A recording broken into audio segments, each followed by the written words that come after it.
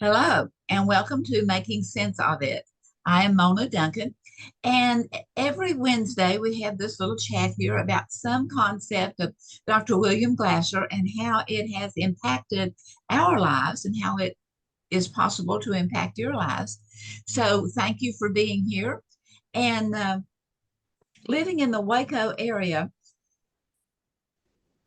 up and down I-35, Dr. William Glasser, for years and years and years, was a very affluent speaker that people would invite him to come and speak on a particular topic, or he'd just come up with whatever his topic was. And so I would go frequently whenever he was at these and would take notes. It was always so inspiring. So we have 10 notes today that I'm going to share with you, and then I'm asking you to give some input on them. Okay? So it's good to have everyone here. And then after we do this little exercise, we'll close the airways and we'll have time for interchange with one another. So we'll start off with quote number one. And he was talking about working with a client and to focus on the my job is not. Your job is, your job is not. So he said, my job is to help you learn new choices, to see things differently. Your job is to make a plan that you can accomplish.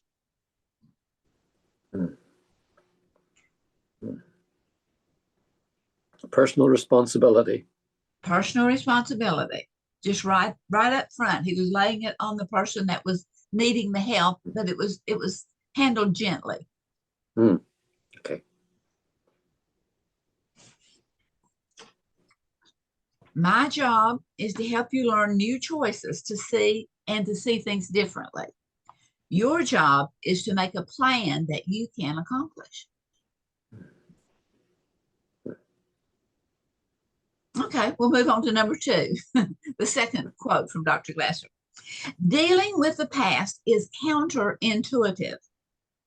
Work with the here and now. Agree with the client so he does not have to convince you of his actions or feelings. Then he is free to go on to seeing the solution.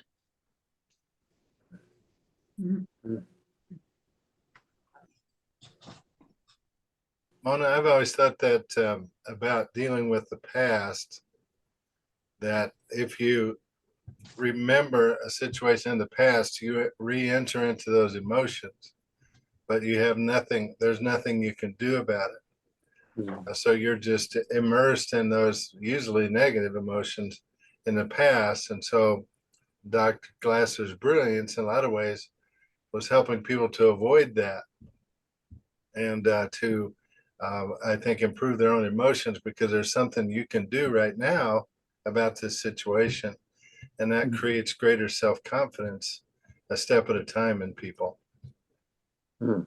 Yeah. And he said your current behavior has something you do not. Oh wait, that was going into number three. Are there any other comments on number two? On dealing with the past is counterintuitive? Would you read it again, please?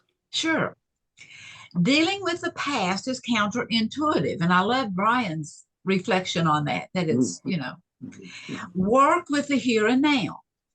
Agree with the client so he does not have to convince you of his actions or his feelings. Then he is free to go to the solution. Thank you.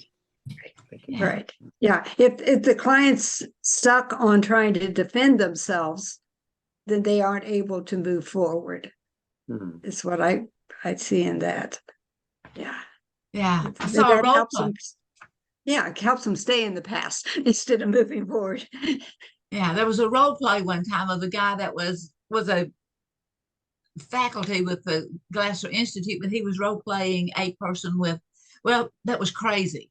And he says, I just have these crazy thoughts and I'm always so crazy.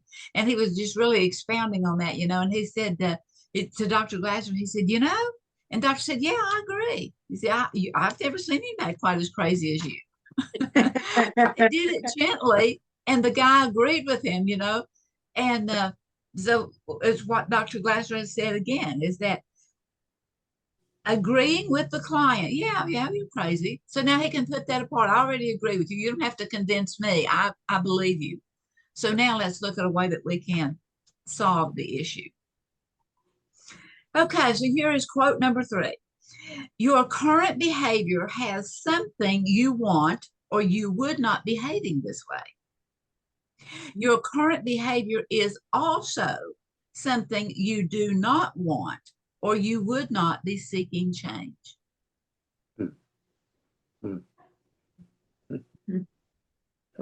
I think that's pretty powerful myself.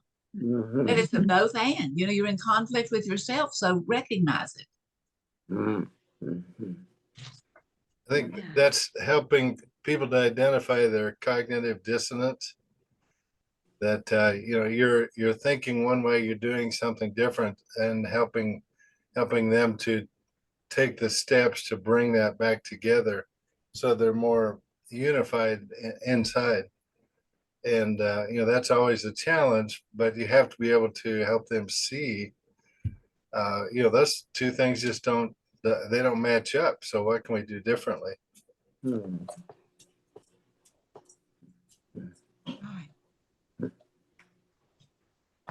Okay, number 4.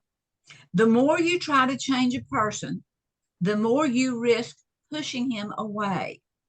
Behavior is not simultaneous by outward circumstances, but by inward stimuli. We are internally controlled, even though the external, you know, someone railing at us or whatever, is definitely affecting us. We are affected more by what our emotions are on the inside.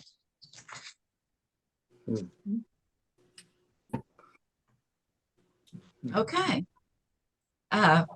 Here's quote number 5. Change your thinking system and you change your immune system. The immune system cannot read psychology, but it can read your body or your physiology. Wherever your life is not in effective control, your body gets out of effective control. Yeah. Can anyone identify with that? Yes. Either with a client or with yourself? Oh, yeah. Yes. Right. You know, that's so powerful, and it's just too bad our medical profession doesn't understand that. You know, Absolutely. you know, I mean, the physical has to be treated because you've got symptoms, but the cause is not there.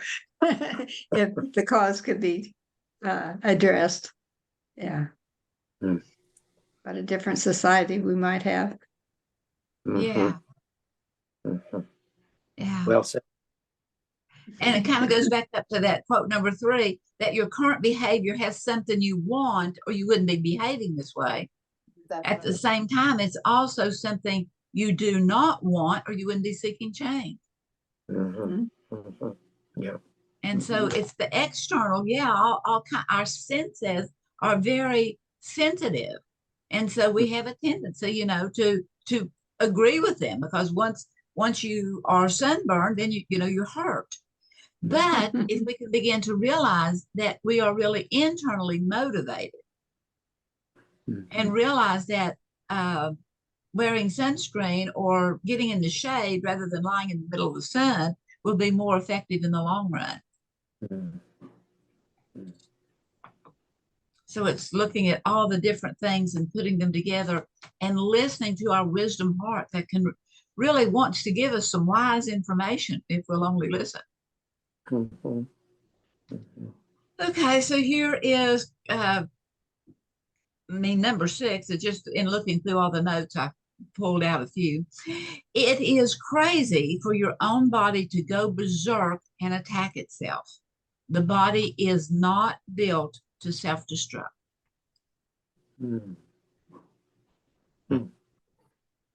Not built to self-destruct.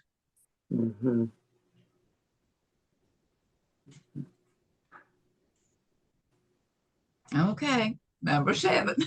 Yeah, right. I mean, yeah, that's such a deep one. You know, you just almost have to stop and think on that, and I agree with it.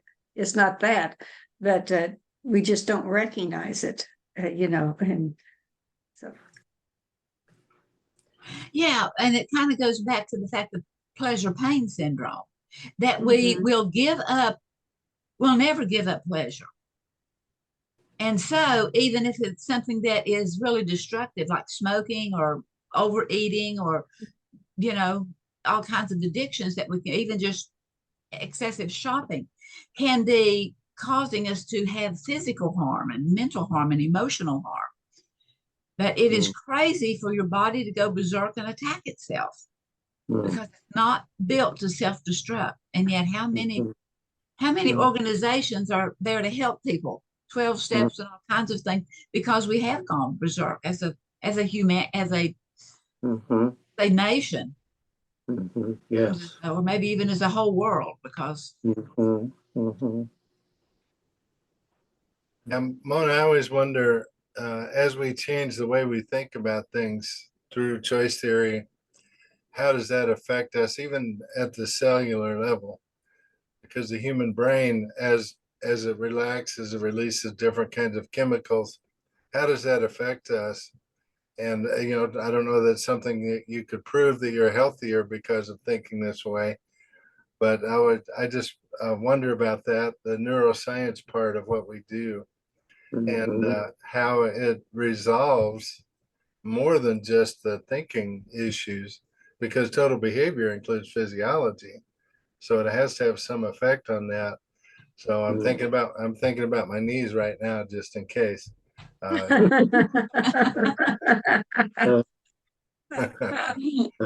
Yeah, That's why right. Sue reminded me of that. Right. Dr. Glasser used to say, in talking with all the psychiatrists, and issuing a medication, that the brain was issuing the chemical that was right for the brain to issue at that point, based on our thinking and acting and the impact it had had on physiology. And he would just say, change your thinking, change your acting, and your brain chemicals will follow appropriately. So I think, Brian, what you were saying is exactly right, that type of thing. Yeah. So it's just a hard concept for our society to recognize.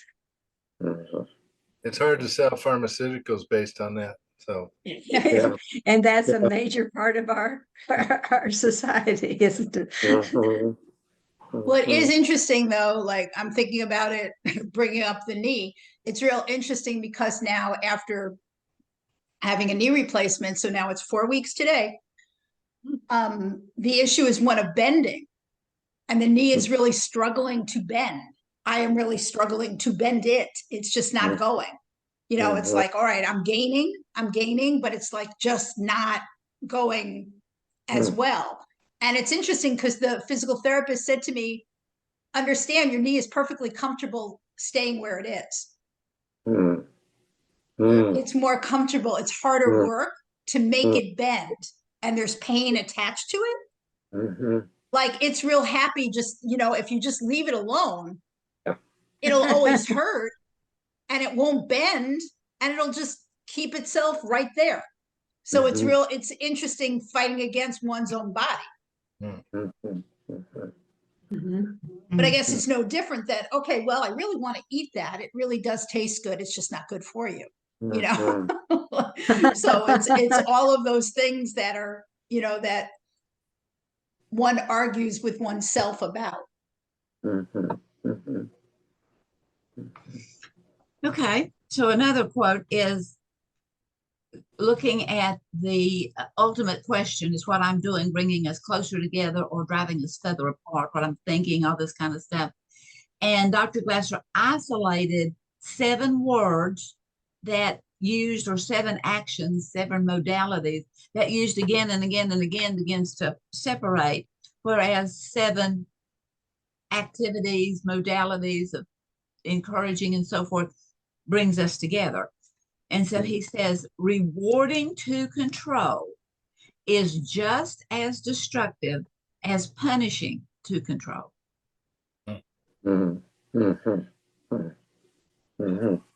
Yes. Yes.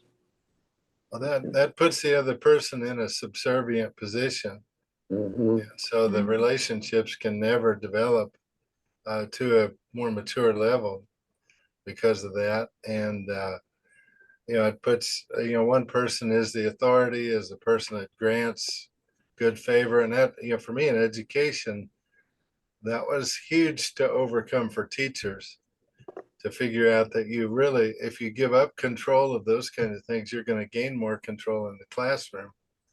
And it seemed counterintuitive because of the way they'd been taught. But then they found out that really worked, and classroom became a joy rather than a drudgery. And they could smile before Christmas and it'd be okay. Mhm. Mhm. Yeah, yeah. Mm. Well, this next one goes kind of hand in hand with what we've been talking about before. And that he says you cannot stop drinking, but that could be applied to anything, the shopping or the eating or the cigarettes or what. You cannot stop whatever because someone tells you to.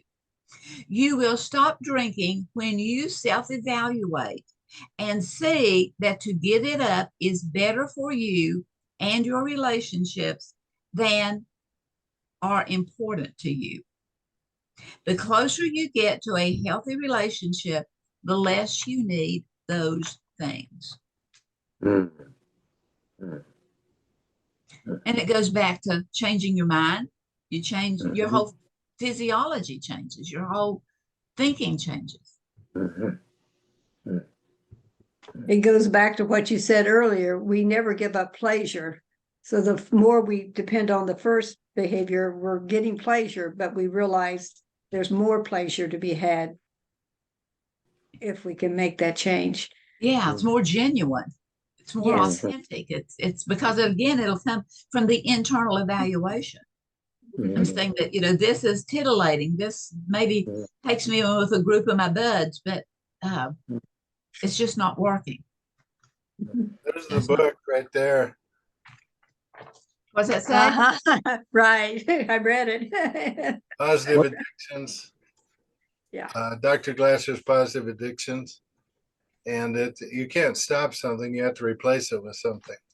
Because your Mm. brain is still wanting to satisfy that need somehow. Mm. So if you find something that can replace it in a more positive, effective way, Mm. that makes a big difference. And I think the Glasser stuff is my addiction. So I think Right. I replace a lot of things with that.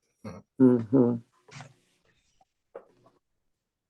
So this next one kind of sounds like talking about, how to handle that addiction. But he says, you are bleeding. I think I know how to stop it. Are you interested?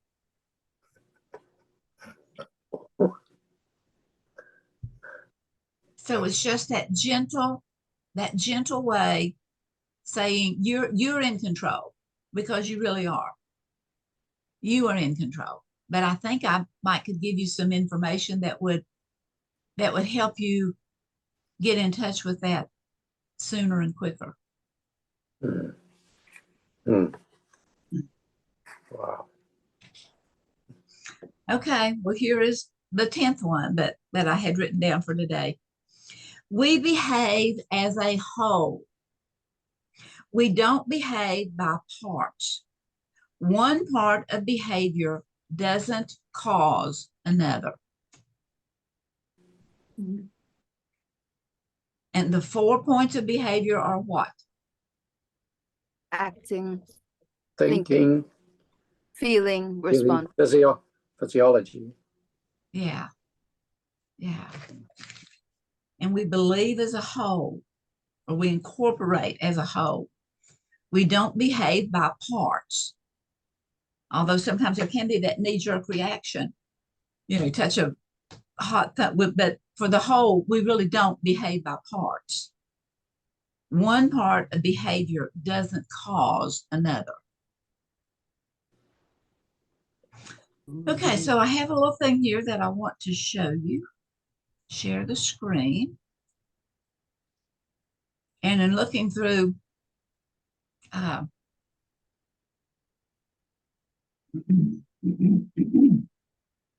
looking through things from the past. Do you recognize this? Does anybody know this? Mhm. Have you seen this before? This one? Mm-mm. Not this model. Yeah, This is a later model than one I got. or the earlier model. The souped up model. Yeah. But see, Hmm. here's the person. There's the Hmm. person. And then Mhm. here's what I just said. We behave as a whole. We don't behave by parts. One part of behavior doesn't cause another. And that was, I don't think it has it there, but it's 1984. Mhm. And over It's- here, person is drawing, and underneath the hood, there's the survival, the freedom, the fun, the power, and the love. 5 basic needs that we have. And there's the wheels, of course. And I don't know what this is for unless that's the roadmap. You It's the shouldn't be quality reading. world. It's the quality world. Oh, That's okay. the wheel is our wants. We're driving towards what we want or our quality world picture. Oh, pictures. Okay. Yeah. Okay. And here's the road ahead, and then the road can go left or right. One is going into a town of some kind, and the other one is going to another town, and then that one's going to the turnpike. So we have always 3 or more options of going. We never work with another person just with 2 options, because that would be a directive, and making suggestions or helping them to make suggestions. Yeah, Mona, that first one on there says intention. I can't read the second one quite. Up here, intention. Yeah.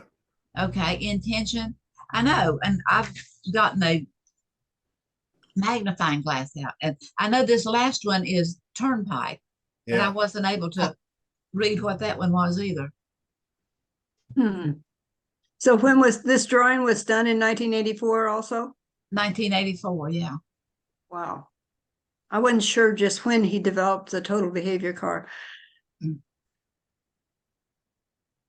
It's interesting. I saw the parts before I saw the person.